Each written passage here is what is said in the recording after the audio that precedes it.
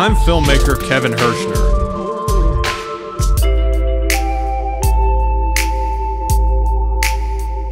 And I'm music producer Chris Sangster.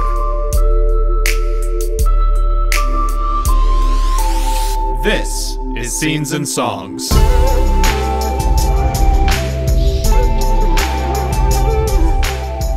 Welcome, thank you for tuning in. I'm Kevin Hirschner, and you're watching Scenes and Songs, the show that dissects outstanding movie and music pairings. And I'm Chris Sangster. Each episode, we pick one scene and one song to break down for you. On this episode, we're talking about GoodFellas.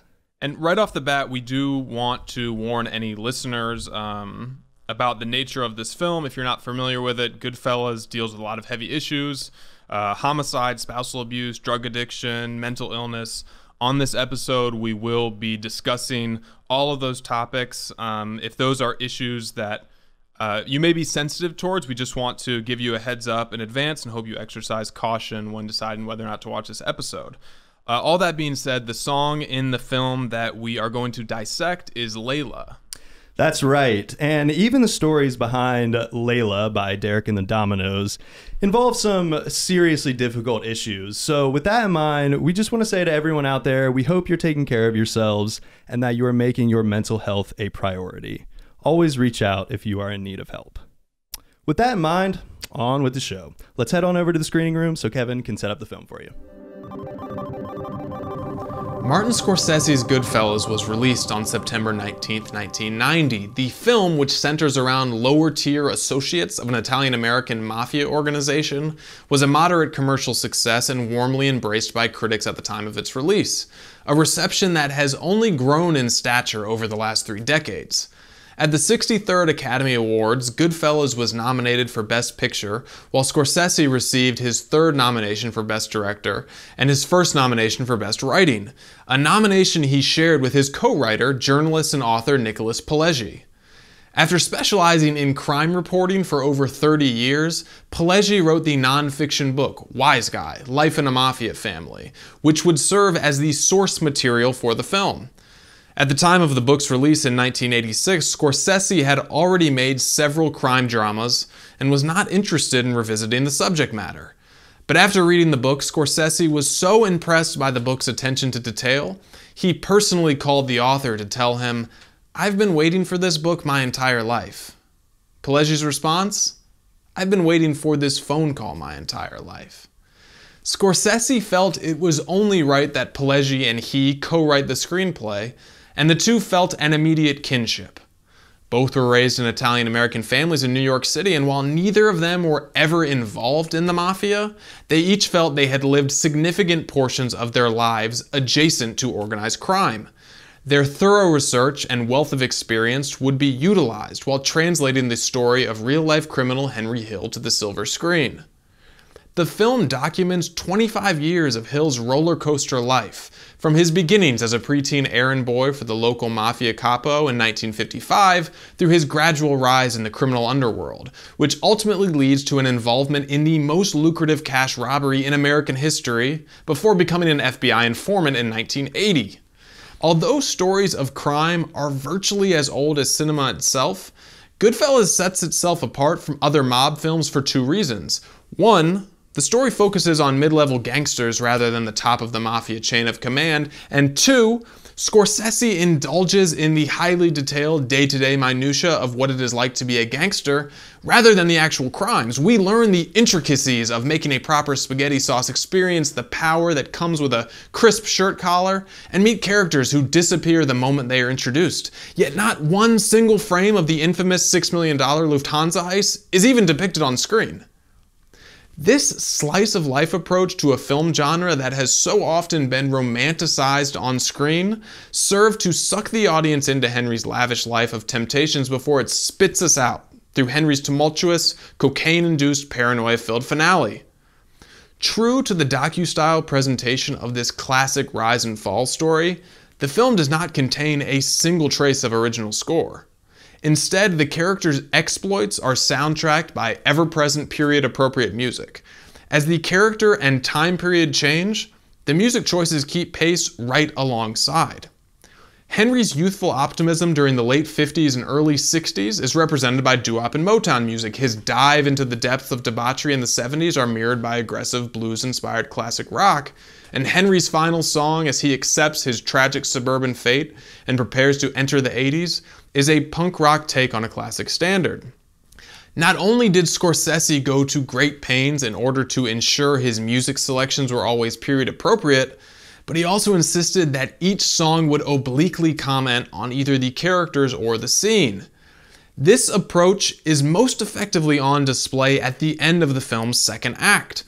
Henry's cohort has successfully pulled off the heist of a lifetime, and Henry has obtained more wealth and power than he ever dreamed was possible. But what Henry doesn't know is that this is the beginning of the end for his life as a wise guy, as one member of his crew begins murdering the others one by one. This montage of murder and mayhem, which carries us into Henry's third and final act, could only be scored by one song, the wistful instrumental coda of one of the most iconic pieces of music in the history of classic rock. Now let's head over to the studio so Chris can break down the song for you. The song in this scene is Layla by Derek and the Dominos, but more specifically, Scorsese utilizes just the ending section of the song, popularly referred to as the piano coda. Derek and the Dominos featured most famously Eric Clapton, but also keyboard player Bobby Whitlock, bassist Carl Radle, and drummer Jim Gordon. Derek and the Dominos began to form when Clapton became disillusioned with the hype of his so-called supergroup, Blind Faith, which featured Steve Winwood of the Spencer Davis Group and Traffic fame. Clapton unceremoniously left Blind Faith to join up with their tour mates, the husband and wife soul act called Delaney and Bonnie. Wanting to be an anonymous member of the band and not a frontman, Clapton took to playing the guitar with Delaney and Bonnie and friends on their tour from fall 1969 through spring 1970. Other members of the rotating cast of musicians known as the Friends were Bobby Whitlock, Carl Radle, and Jim Gordon. Delaney and Bonnie, while both amazing singers, were a seriously volatile couple. Delaney was a known abuser, and the tension in the band eventually caused the Friends to split.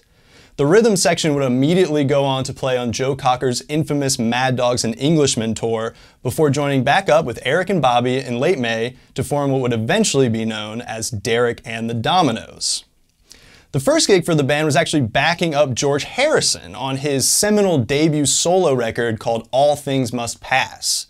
After recording two of their own songs with Harrison's producer Phil Spector, Derek and the Dominos were christened almost by fate by the opening act of their first show, Tony Ashton of Ashton, Gardner and Dyke. Tony would jokingly refer to Eric as Del and suggested that they call themselves Del and the Dominos, or perhaps Del and the Dynamics, depending on who you ask. But when time came, he introduced Derek and the Dominos to the world. No one really knows why. But what's for sure is that over the next year, Derek and the Dominos would shape the course of rock and roll history with their one and only album, Layla and Other Assorted Love Songs. Now, the sessions to record Layla and Other Assorted Love Songs is well entrenched in rock folklore. It was recorded at Criteria Studios in Miami by the incomparable Tom Dowd. This man is credited with pioneering multi-track recording and inventing the console fader. Yeah, he's the real deal, guys.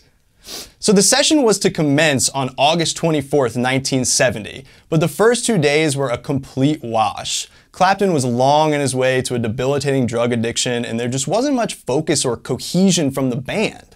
So to remedy this, Tom Dowd took Eric and the boys down to the Miami Beach Convention Center to see a band play.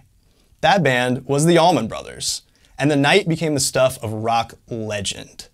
Eric Clapton was already a fan of Duane Allman's, having been floored by his excellent solo at the end of Wilson Pickett's revelatory cover of the Beatles' Hey Jude. So he jumped at the chance to go see this man play live. And apparently, Duane stopped dead in his tracks when he saw Eric in the audience, and an instant connection was formed. After the show, Eric invited the whole band back to the studio to jam, and from that jam session, Duane became the de facto fifth member of the Dominos.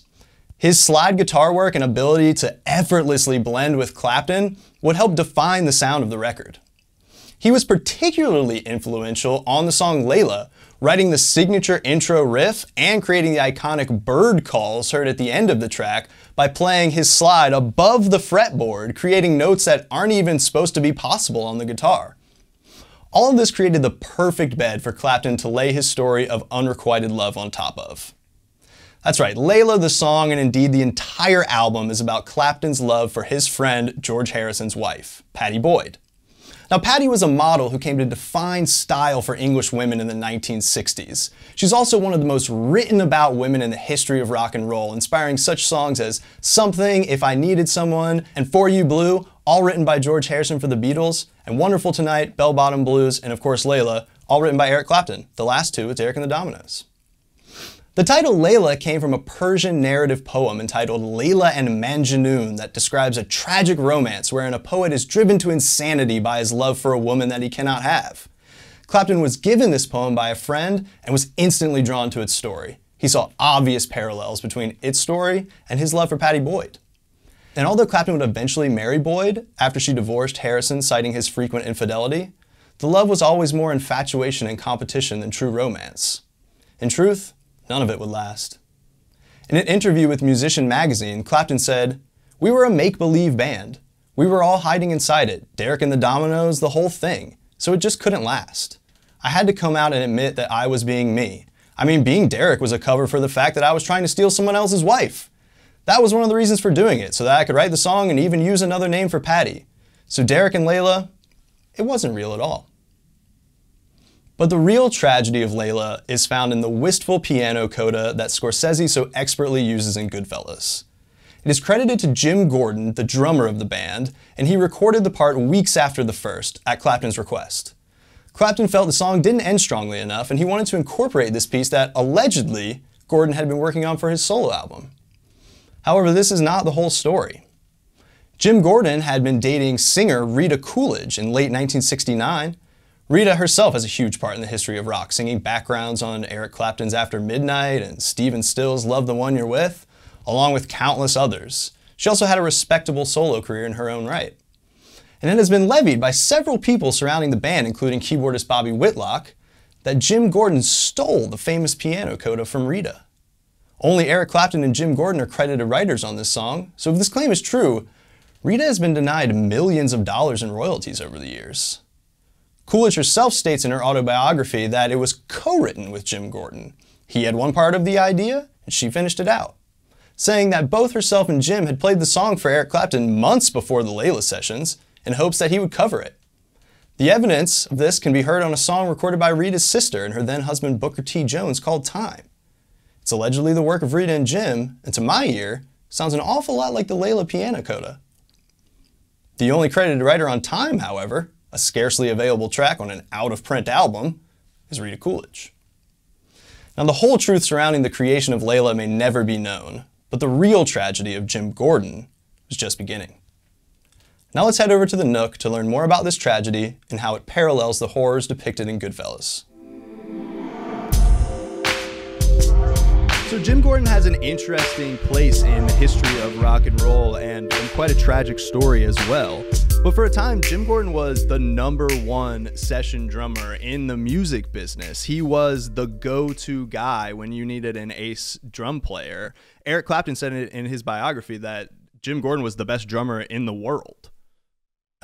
So he really he was at the pinnacle of his powers when Derek and the Dominos started to form, when the Mad Dogs and the Englishmen was going on, like all of that. Jim Gordon was at his pinnacle, and he was so in demand that he at one point had a residency in Las Vegas at night, and then would fly back to LA during the days to do sessions. So he would session all day in LA and then fly to Vegas to do his residency at night. And he was also at that time taking sessions in New York as well. So this guy was hopping all over the place and just generally being the most in-demand drummer in the whole music business. That's wild. And that was the late 60s, early 70s, yeah, right? Exactly. And so right around that same time, Rita Coolidge, it was a young up-and-coming singer based out of Tennessee. She had worked as a background vocalist and done some kind of library music and jingles, things like that. In Memphis, she came out of Stax.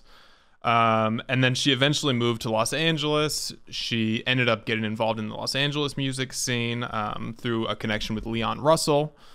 But at this time, late 60s, early 70s, she was mostly doing background vocals and some songwriting. And eventually, she joined Joe Cocker's Mad Dogs and Englishmen tour as a background vocalist. That's right. Yeah, she was kind of part of this whole scene, if you will, of these Southern blues musicians and these English blues musicians that were kind of coming together and meeting up at this time to like create these crazy albums. And yeah, she was originally with Delaney and Bonnie, the same act that kind of put all of Derek and the Dominos together, so to speak. She was on that tour and then went on to be on the Mad Dogs and the Englishmen tour, and through that experience developed a romantic relationship with Jim Gordon. The Mad Dogs and Englishmen tour is known for being this infamous classic drug, sex, and rock and roll tour, where, according to Rita Coolidge, orgies, massive drug consumption, people staying out all night and doing shows half loaded half the time. And even though it was called Joe Cocker's Mad Dogs and Englishmen tour, it was really Leon Russell who was the ringleader of the music and of the debauchery of that tour. He was really the one that got everybody riled up. And it was like, it was like 25 musicians on that tour. Plus they said, untold numbers of groupies and hangers-on that just made it this traveling circus, for lack of a better term. Yeah, I mean, that tour is still infamous to this day. And like Chris was saying, Jim Gordon and Rita Coolidge were an exclusive couple during this time. They both said that they partook in certain aspects of it. They were both experimenting with drugs and things like that. I don't think they partook in any of the orgies, things like that. They were this exclusive couple. And according to Rita, Jim Gordon was really different from all the other rockers. She said he was, was this big, strong, handsome guy, but he was always polite and quiet and pretty mild-mannered. And so she said one night while they were on tour, a bunch of the musicians were all hanging out in a hotel room, and Jim Gordon kind of quietly asked her if she could step into the other room with her. So it was her boyfriend, so she steps into the other room with him, into a private room, and she said she got butterflies in her stomach because she thought that Jim Gordon was going to propose to her. And then all of a sudden, without warning, she said Jim Gordon just punched her right in the face, knocking her unconscious. When she came to, she was woken up by one of the other background vocalists on tour. Jim Gordon was not in the room. According to the background vocalist, Jim Gordon walked back into the room just as if nothing had happened. Like it was just a regular run-of-the-mill night. And she said never before that had he ever laid a finger on her, never shown any signs of aggression, that she would have thought this could be an abusive relationship. There was no warning that she could have discerned at that point. But all that being said, she immediately broke up with him. She did tell members of the tour about what had happened. They did not kick Jim Gordon off the tour, and Rita Coolidge decided she wanted to continue with the tour. Apparently, there was one of the road managers who took great efforts and went to great pains to make sure that Jim Gordon and Rita Coolidge were never together alone from that point on. And when the tour ended, Jim Gordon apparently was writing her poems and sending her gifts and flowers and trying to win her back, but she was adamant that she was not going to date him again. She completely broke it off with him and never dated him again.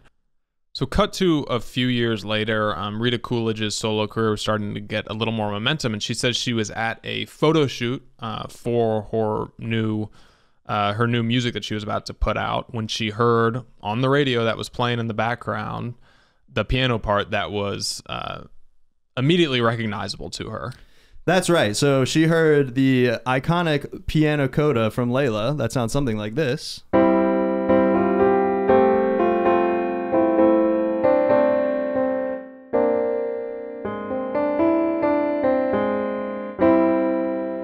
So that part right there.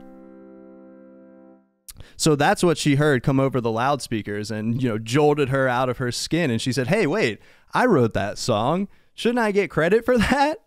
But she certainly is not a credited writer on it. That is only accredited to Eric Clapton and her then boyfriend, Jim Gordon. So we did a lot of research and tried to suss out what was actually going on here. And the thing that led me to what I think is the answer was a passage from Rita Coolidge's Autobiography, in which she says, "The chords Jim played for me were in the key of C sharp and built to an 8-note refrain before the progression repeated. There was something haunting about it, especially when the bright major chord suddenly dipped to a B-flat 7th for the refrain. As we played with it, a second progression suddenly came to me, a counter melody in the key of G that answered and resolved the tension of Jim's chords and built to a dramatic crescendo that bridged the song's beginning and ending." Now, all of this, when I analyze the song, seems pretty spot on, except for one little thing. And that thing is the chords Jim played for me were in the key of C sharp. Now, the song, that part is in the key of a C, but I can excuse this as possibly just a slip of the tongue or a typo or something, or just misremembering after all of these years, because the recording actually is in neither of those keys, in all honesty. It's actually somewhere in between C and C sharp. If you listen to it, the tape speed has been sped up, so it actually sounds higher in pitch than what it was recorded at. Is that just a stylistic choice? Well, we don't really know. That's the thing. Nobody has a definitive answer on this. It could have been just to make it sound better. Like, things faster and higher generally sound like they have more energy, right? So it could have been to add energy to it. It could have been just to fit it on the vinyl. It might have been too long for the 4 sides of vinyl and they just cut it, made it shorter. Or it could have just been a mistake. The tape op could have been, coked out and accidentally messed up. Nobody really has the answer on that. But the reality is that the whole song sounds a bit sharp to the keys that it's played in. But if you watch live videos of Eric Clapton playing this in the rest of his career, when they do the piano coda, they definitely do it in C major, and the beginning parts in D minor and C sharp minor. So those were the recorded keys, but the sounded key is closer to C sharp. When I play it, that sounds more right to me than, I don't know why. C sharp just sounds almost more right for that part. So that's where I can see Rita getting confused. However, the rest of her explanation is spot on. He definitely does dip to the B-flat 7 chord, which is that really cool moment there. And then her progression that resolved his idea is certainly centered around G, and it sounds a little something like this.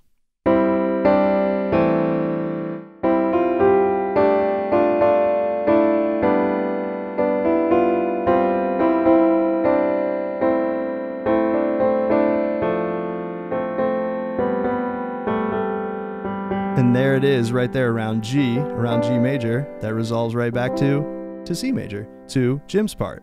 So I do see it as these two parts of a greater whole, that Jim wrote his little first part that's centered around C and has that cool B-flat 7 chord, and then Rita answered it with her part in G. And that all makes sense if you think of the song in C major. So we'll excuse Rita's slip of C sharp and believe that she does understand the harmonic structure of this song. I think if she really thought about it, she would realize that the keys of G and C sharp don't go together at all, that what she's talking about isn't really possible. So I'll just excuse it as a slip of the tongue or a typo. And furthermore, it's been backed up. Her story has been corroborated by both Bobby Whitlock, who was the keyboard player in Derek and the Dominos, and then also Graham Nash, who Rita Coolidge dated for a time and lived and worked in the house where this song was supposedly written. So Bobby Whitlock is quoted as saying, "Not Jim's. Jim took that piano melody from his ex-girlfriend Rita Coolidge.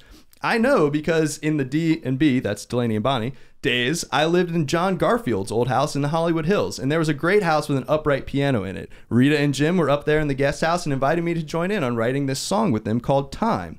I didn't hear it as rock and roll and bowed out of the little songwriting session. Her sister Priscilla wound up recording it with Booker T. Jones." That's the song Time that I mentioned in my section. That sounds a lot like Layla, right? Oh, identical. Yeah. yeah, for sure. So then Furthermore, in Graham Nash's autobiography, he says, "We had the upper floor of a two-family structure. Downstairs, her friend Annie shared a flat with two songwriters who were pretty good. One of those would be Bobby Whitlock, right?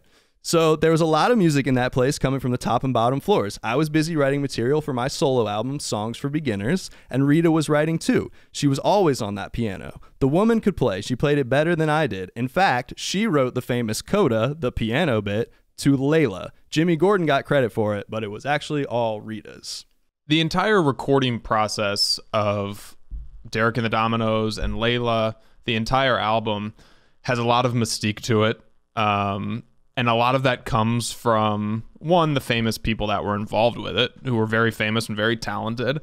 But also, if the Mad Dogs and Englishmen tour was infamous for sex, drugs, and rock and roll, this recording process was equally as infamous for that. You know, obviously, Chris broke it down from a musical standpoint, which was important to us, but we also both went to a fair amount of effort to try to come up to our own idea and conclusion on who we thought should get proper credit for this song. And like he said, Bobby Whitlock and Graham Nash both corroborated Rita Coolidge's version of the story. Eric Clapton has been pretty noticeably quiet about this, the whole thing. And in his memoir, in his autobiography that we both read in preparation of this episode, he gives very little acknowledgement to the recording of Layla, or even the recording at all. Yeah. Honestly, it seems like that entire phase of his life was very much a haze. I couldn't really determine if he was doing it for nefarious reasons because it was his friend's ex-girlfriend, or if he honestly just did not know. Because if you read his autobiography, that entire phase of his life, he was in a literal heroin haze. Yeah. I think it stands to reason that the two people that have the most financially to gain from being the two credited songwriters on the song are Eric Clapton and Jim Gordon. And those are the two who are obviously on the other side of this argument. But I do think there is a lot to be said for this idea of that there was a lot of drug use going on at that time. And all of these people were participating to some extent. And I think that certainly clouds people's memories. So, I mean, we might never know the true story, but it seems like from all of these sources we've gathered, personally, I'm apt to believe Rita in what she says. Certainly. And, you know, that shouldn't take anything away from the work that both Eric Clapton and Duane Allman did on the guitars on the song, which is absolutely incredible. And even Rita Coolidge herself said there was a lot of hands in this pot. It wasn't, she's not saying she should get sole credit. She's saying she just wishes she got a little credit. She honestly has not even asked for money in this situation. She just wants credit because she thinks it's an amazing piece of music and she knows she was a part of it. And a lot of people have asked her, well, why didn't you say anything? And she said that she did say something at the time. She was at that time in her mid to early 20s. She didn't have a lot of clout as a musician at that point. And she tried to go through the proper avenues to get her due credit on this song, and was more or less told by the old boys club of the Hollywood recording industry that, what are you going to do? You're just a little girl. What are you going to do? What are you going to do about it? And she, you know, unfortunately, she moved on with her life and didn't pursue it beyond that. And later the song got this gigantic status. It's easy to forget that when this song came out, it was not the huge hit that it has become. Certainly. It wasn't, it was not a big hit right away. It took a few years, and then it was even released again as on the Clapton Unplugged record and became a hit again years later. So this song had a long gestation period, if you will. But I think, you know, Rita not getting her proper credit kind of brings up an unfortunate reality of this, you know, sex, drugs, and rock and roll lifestyle that was kind of embodied at that time. And, you know, it's often unfair, especially to women, to people of color, to the LGBTQ community, and to other minority groups. It is generally a pretty white male-dominated society. And there are a lot of negative things that come along with that. And Rita Coolidge certainly got caught up in the whirlwind of all of that with this. And it kind of brings us back to the movie of GoodFellas, which I think we have all at some point enjoyed a mafia film or a gangster film, and unwittingly glamorized this lifestyle, which is not a lifestyle that you should be glamorizing, which is obvious. And, you know, there's an old film expression that all war films are pro-war, even supposedly anti-war films. You could make that same case that all mafia films are pro-mafia because it's romanticizing it and glamorizing it. That's certainly an argument that could be made. I still don't think that was Scorsese's intention. I think Scorsese's intention was to present it as truthfully as he could, to show that you shouldn't be glamorizing this, to show what the problem is, and show the results that come from this dangerous lifestyle, and that these choices have consequences for yourself or other people, which kind of brings us to the famous Layla scene from GoodFellas. And, you know, the scene as it comes in, it's right at the end of the second act, kind of our break into the third act of the film, and it serves as the moment to show us what this story really is. It's death and destruction. It's loss of innocence. It's the reason that as the song comes in, the first thing you see is a bunch of little kids who are discovering these dead bodies. Right. It's their loss of innocence. They couldn't be more than 10 years old. Exactly. And they're seeing two bodies with bullets in their heads. Yeah, and it's this, you know, it's the beginning of the end for Henry Hill and for all the Goodfellas, right? Jimmy's decided he's taken everybody out from the Lufthansa heist, and it serves as kind of almost the overture to the end. And it does, the piano coda of Layla, it has this very melancholic, very wistful, and almost final type of sound. I mean, I don't think it was an accident that Eric Clapton thought it would be a good end for Layla, right? That, you know, it has that feeling of finality to it, that and Scorsese uses it to set up this is the beginning of the end of the film, of the story of the Wiseguys, the Goodfellas. You know, a lot has been made about the story of Layla being about Patty Boyd, and a lot of people have said they take the coda as a positive from the songwriter's perspective, that he's gonna win this girl. I take it as the opposite. I don't think he ever actually assumed he was going to get Patty Boyd from George Harrison. No, and the poem that it's based off of it is tragic in its nature, right? The lead character can't get the woman he loves, and it drives him to insanity. So I agree with you. I think that final coda bit is the insanity. It is the mournful realization that you can't have what you want. Scorsese actually has a quote where he says, "And the tragedy is in the music. The music made me feel a certain way, gave a sadness to it and a sympathy. The way that coda in Layla plays, it's like the unfolding of the results of this lifestyle." That was a quote he gave to Rolling Stone in 1990 when the movie was coming out. And Scorsese famously had pre-selected his music years before. And this song was very important that he used it. So important that he actually, while filming the movie on location, they were playing the song on speakers so they could time everything perfectly with the camera movements and the actors and the mise en scene. And there's a couple moments that we just thought were just so cinematically beautiful that worked so amazingly with the music that we kind of wanted to point out to you. Yeah, I think he really nailed that idea of the rhythm and the motion of everything matching up with beats in the music. And it starts right off the top with that awesome pan-up shot of the pink Cadillac, really iconic shot, right? And it's actually foreshadowed earlier in the film when Henry starts his job at the cab stand. There's a pan-up shot of him in a black Cadillac, an old 50s Cadillac, and you can barely see over the steering wheel, right? And you know, the whole film later, and we get this beginning of the end shot with the modern pink Cadillac, and you know, it's just the piano chords right there. The guitar hasn't come in yet, and it is this, you know, beginning of the end feeling. Those chords really feel like they're setting up the beginning of the end of it all. And then when Dwayne and Eric's guitar lines finally do come in, you know, the way those two played together was just...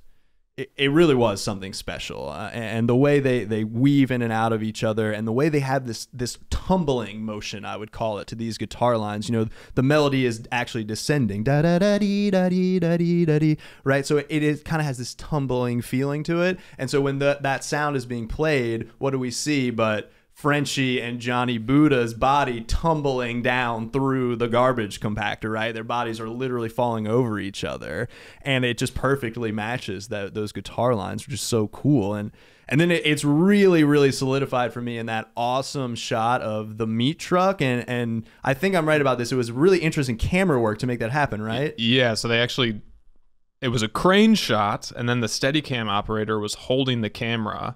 And then as the crane met the van, the truck, he stepped in. You can very, very briefly see the exact moment where he steps on. But that's how they got that crane shot into that smooth close-up. Yeah. And right at that moment when the camera operator steps into the truck, they open the doors of the truck and we get this cymbal wash from Jim Gordon, right? This whoosh, and it perfectly matches the doors opening and then kind of all that freezer stuff like coming out. And the camera operator walks in and we slowly pan up on Carbone, his dead frozen body. And right when we get his face, we get that B flat 7 chord in that we were talking about earlier in Layla. We get that kind of little frozen note, if you will, over the frozen body, the B flat in the key of C. And it's just perfect. It just hits all perfectly together right there. You just know that stuff was done on purpose. It just feels so right and everything comes together. And right after that, you get that great shot of Jimmy and Henry in the diner, and Jimmy's just cracking up and laughing. And you see that kind of dichotomy that's being set up, right? That a lot of these horrific murders are happening, but Jimmy is the happiest that Henry's ever seen him, right? And that kind of mirrors the dichotomy of Layla.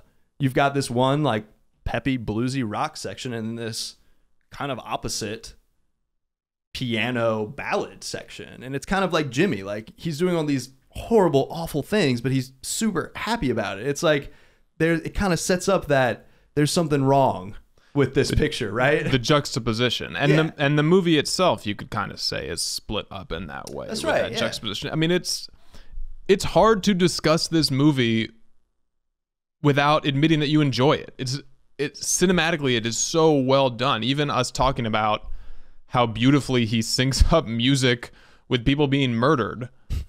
I mean, it's tough to talk about without admitting that we enjoy the film. It's well done, but it is a terrible, horrible thing. And the movie's kind of split up in these two halves to intoxicate you with nostalgia and romanticism before it punches you in the gut. Exactly. Yeah. With the horror of it. And I mean, Scorsese's a genius, and the way he uses music in this film serves as part of that narrative, that suck you in, punch you in the gut approach to this film. A lot of movies, including a lot of movies that we have talked about on this show already, it uses music to display a character's inner monologue. Scorsese is not doing that in this case. He is using it to show his monologue as he's watching this unfold. Scorsese's history is, his kind of story is that he was, as a child growing up in New York City, he had severe asthma, so much that he could barely play outside. Instead, he said he would literally sit at the window and watch out and watch the other kids playing. Eventually, he was literally drawing his own storyboards for his own movie ideas as young as like 11, 12 years old. And he said whenever he would watch this unfold and whenever he would think back about these memories, there would always be music playing in his head. That was very important to him to put it all together. Yeah, and I thought one of the more interesting quotes we found from this was from Christopher Brooks, who is credited as the music editor on the film, and he said, Marty once told me that he knew what all of the songs were going to be 3 years before he shot the film. There was no music supervisor. Marty is the music supervisor. So it just shows you that was a big part of his whole vision for this. The music was very integral to the whole idea. That's how he is showing this movie. That's how he is framing it. You are watching this movie through Martin Scorsese's glasses. You're watching it through his frame. Yep.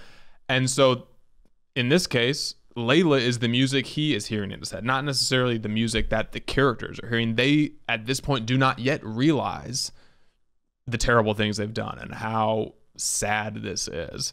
But Scorsese, as the director, as the God's eye on this story, he fully understands. You know, kind of comes back to his lifestyle, that he grew up adjacent to the mafia. He was not a part of it. So he would see things and he could come to it with a more objective point of view than maybe somebody like Henry Hill or Jimmy or Paulie or any of the other Goodfellas wouldn't be able to. And so although he doesn't maybe have the personal connections to the mafia that some of the other people, he even said Nicholas Pileggi was far more knowledgeable on mafia and how it worked and that perspective. So he didn't have that right up personal connection, but this film does still have a lot of personal connections to Martin Scorsese that we wanted to talk about and bring up. The biggest personal connection that we kind of saw between Scorsese and his protagonist, Henry Hill, is that they both battled addictions to cocaine. Yep, for sure. Both of them, I mean, it is a mafia movie first and foremost, but there's a strong case to make that it is a cocaine film. It's a drug film. It's about drug addiction. That is absolutely, that by the end of the film is almost as much of an issue for Henry Hill than his involvement with the mafia. And Martin Scorsese, like I said, also in the 70s had some issues with cocaine addiction. At a certain point in the late 70s, he had come off his first big commercial and critical flop. It was a movie called New York, New York, starring Robert De Niro and Liza Minnelli, which is most famous for the Frank Sinatra song that came from the film. But it did really poorly, and that coupled with depression, his and the lifestyle that he was a part of and that he had afforded himself from his many successful films, led to some real struggles with cocaine that eventually culminated with him actually ending up in the hospital. He had a bad combination of cocaine and his asthma medication. He was bleeding internally, ended up in the hospital for almost 2 weeks. The doctors thought that he was at a risk of his brain hemorrhaging, and he thought he would literally die. And all the while during this time, his good friend Robert De Niro would come and visit him. And he says Robert De Niro convinced him to come back and make Raging Bull, which he credits to saving his life.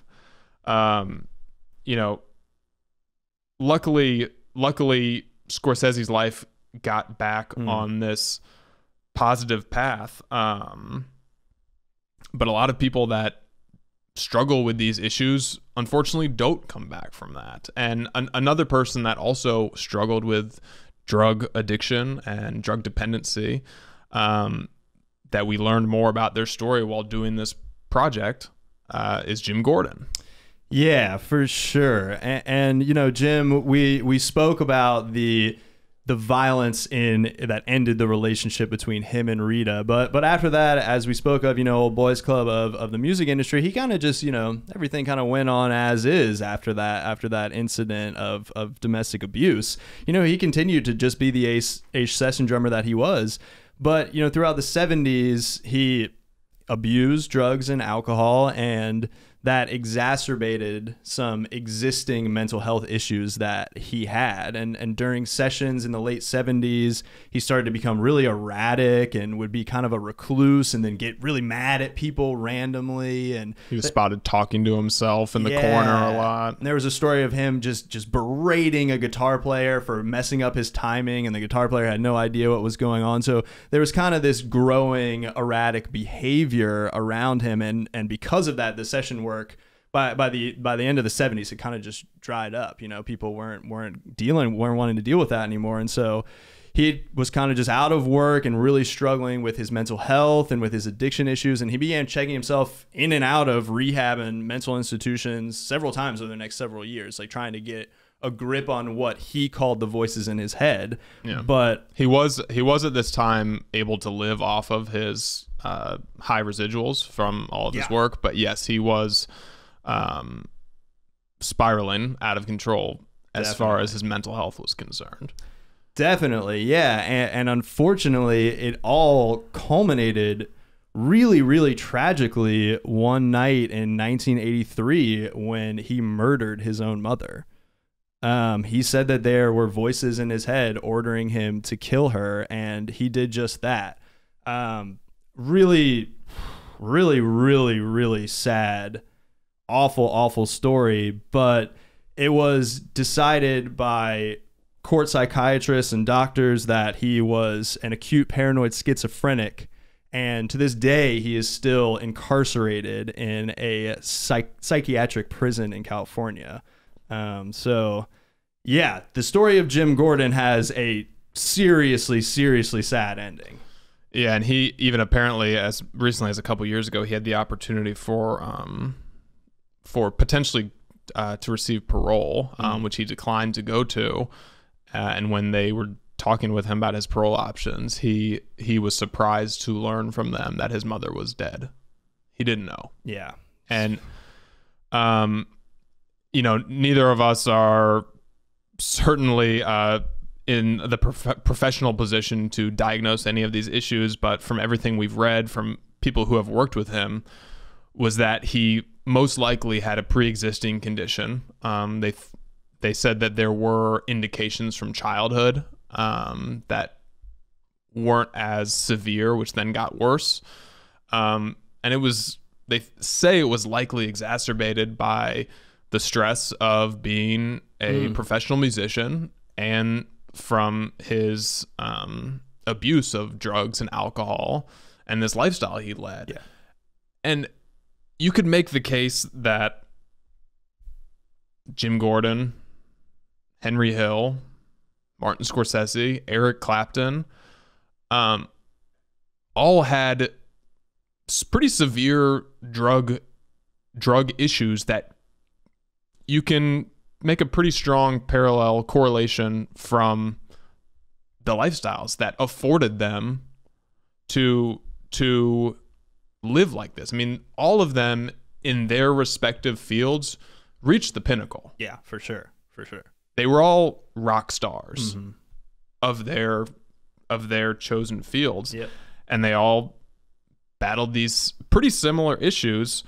They all kind of ended up with different outcomes, though. Yeah, absolutely. And I mean, the tragic reality of what happened with Eric Clapton and Patty Boyd plays right into this. Their marriage would eventually dissolve due to Clapton's addictions, and he's even admitted to being physically abusive to her during their marriage.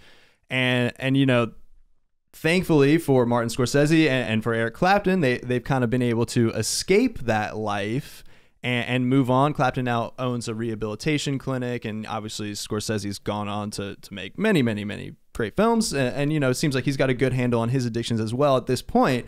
But there's the other side of that. There's the Jim Gordons and the Henry Hills of the world who aren't able to escape these things, and those demons, those issues kind of follow them wherever they go. And certainly when you start mixing with these kind of hard drugs that these guys were doing, things get pretty scary pretty quickly.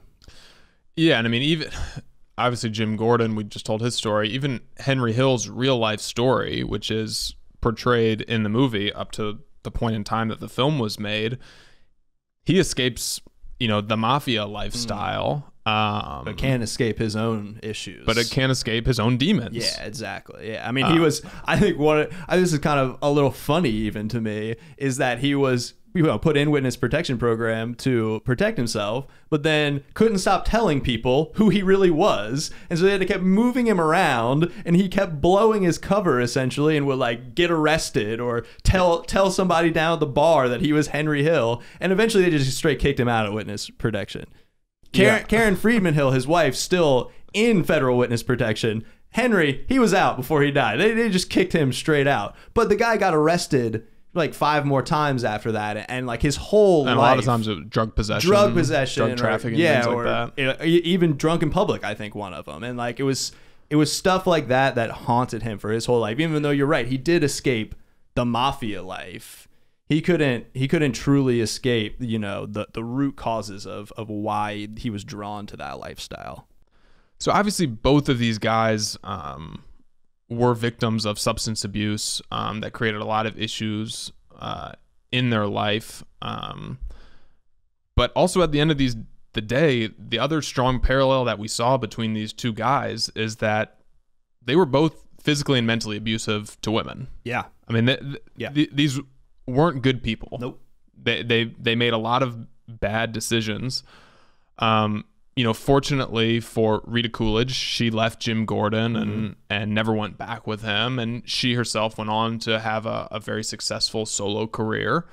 Karen Friedman Hill eventually divorced her husband, Henry Hill. Like you said, she's, as far as we know, still in witness protection. Henry Hill, who got kicked out of witness protection and blew most of his money and had a lot of more legal issues, and unfortunately has passed away. These are not great guys, and these are not good tales that should be glorified. No, absolutely not. And in the same way that you can enjoy the music of Derek and the Dominos or Delaney and Bonnie or Joe Cocker, that all these records that feature Jim Gordon playing drums, you can enjoy these things and still appreciate them as art, but not glorify the lifestyle and not glorify the horrors that were inflicted upon people because of it. And on the same token, that could be said about Goodfellas. It's not there to glamorize the lifestyle. It's almost there to warn against it. Martin Scorsese has certainly made a career out of showing these true to life stories and depicting things, warts and all, how they really are. And oftentimes those do have tragic endings. Goodfellas is a perfect example of those tragic endings. He's presenting it to you how it factually is, and he's hoping that you are taking the right message from it. The gangster lifestyle, the sex, drugs, and rock and roll lifestyle are both often have tragic consequences. And since it was important for Scorsese to talk about things and show things how they truly are, no matter how tragic they are, we felt it was only right that as we break down this song and scene pairing for you, that we take the same approach.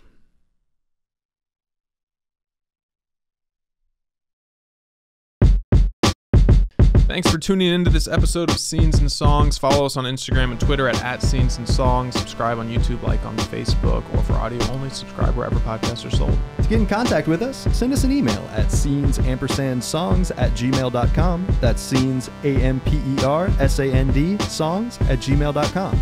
Tune in next week for our season finale, where we break down Top Gun and Danger Zone by Kenny Loggins.